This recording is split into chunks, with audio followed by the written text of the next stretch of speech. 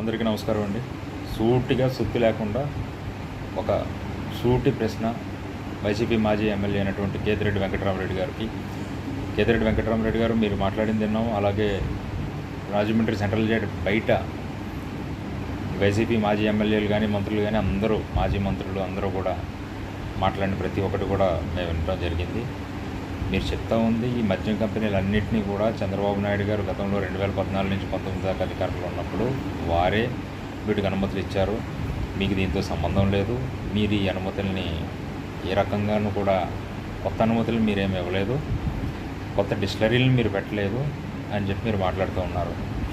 అయ్యా, మీరు కొత్త అనుమతులు ఇవ్వలేదు, కొత్త డిస్టిలరీలు ఇవ్వలేదంటే ప్రజావేదిక చంద్రబాబు నాయుడు గారు నిర్మించింది అక్రమ నిర్మాణం అని చెప్పి మీరు అధికారంలోకి వచ్చిన మరుసటి రోజే కూల్చేశారు. పోలవరం టెండరింగ్లో లోపాలు ఉన్నాయని చెప్పి మీరు అధికారంలోకి వచ్చినటువంటి మరుసటి నెలే ఇమ్మీడియట్గా దాన్ని రివర్స్ టెండరింగ్ అని చెప్పి మెగా కృష్ణారెడ్డికి ఇచ్చారు.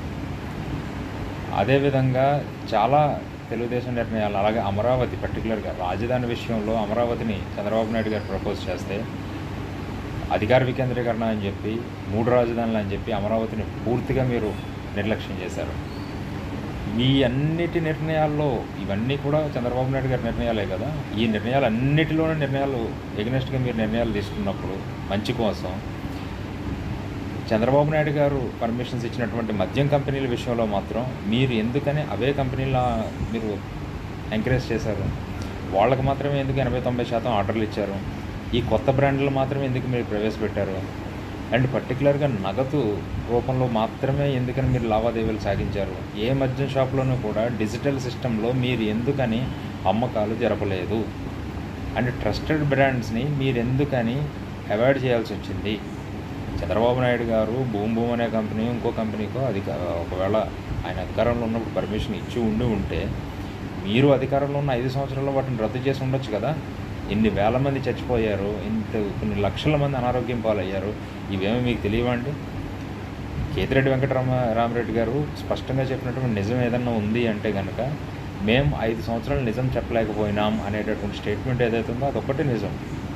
మీరు ఈరోజు కూడా మీరు నిజం చెప్పట్లేదు. ఎందుకని మీరు డిజిటల్ సిస్టమ్ అవాయిడ్ చేశారనే దానికి సమాధానం లేదు. ఎందుకని నగదులో మాత్రమే మీరు లావాదేవీలు చేశారనే దానికి సమాధానం లేదు.